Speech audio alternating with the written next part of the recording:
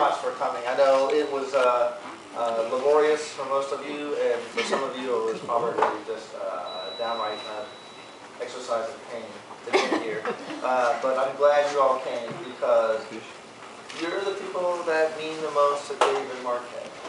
And you're the ones that have made their day very special by coming here and celebrating with them. And I just want to reiterate what I think everybody here already knows. They're very, very special people. Dave, I have known since inception. We share the womb. We're twins, if you didn't know. Most of you do. And even though our paths don't cross as often as I'd like them to, I think I know Dave pretty well. And to say, and I know one here is going to be able to even dispute this, I know, his kindness, his good heart, he gives without regret, and just his in general passion for life and living well. It's the kind of spirit that is amazing. And Marquette, who I have not known as long, but you don't have to know her for long before you see she embodies the same thing. Very kind, very generous, gives love without holding back. Just phenomenal person, absolutely. And so that, to me, means they're perfect for each other. They match up very well. And so I know most everybody here probably does agree with me. Maybe not the majority. But, so I would like to say, an old Irish toast, may the most that you ever wish for be the least you ever receive. To David Marquette. Woo! Woo! Chin chin. Thank you. Very good, Eric. And with that, offer up Ian. Do it.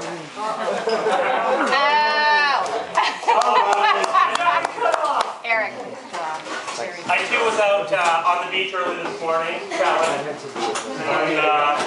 I also grabbed a couple little pieces of paper that washed up on the beach. So the script is already half written.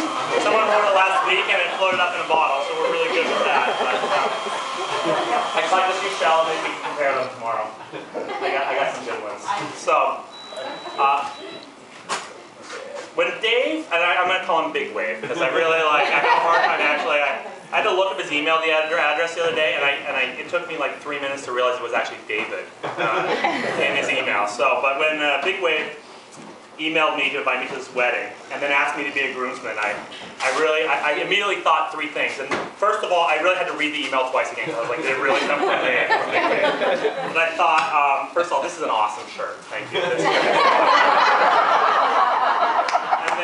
You look so good in it. Yes. Second, I thought, sweet, all expense paid trip to North Carolina, beach time. And third, I thought, if I'm in the wedding, I get to give a speech.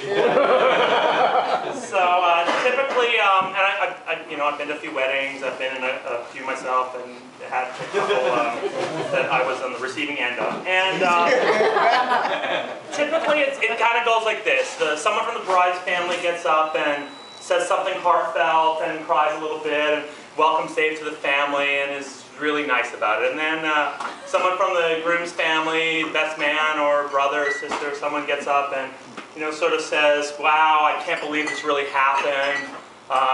Look how grown up you are." And then some drunk idiot tries to make an embarrassing toast. And so that apparently that's me.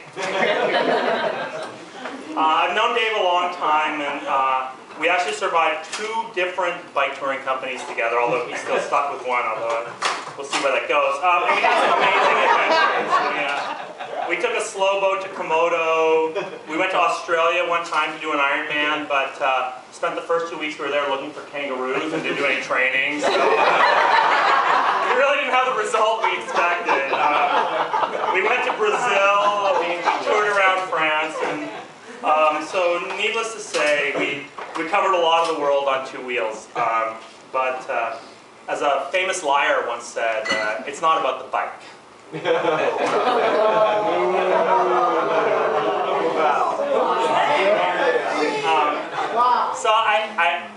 switch gears. I first met Marquette at my own wedding 3 years ago and thought, wow, she's smart, she's funny, she's polished, beautiful. She was immediately at ease with everyone she met, even my family and Dave's are ridiculous friends. And so I thought, I was kind of sad, to be honest, at the end of that wedding because I figured when Dave screwed this up, we wouldn't see her again.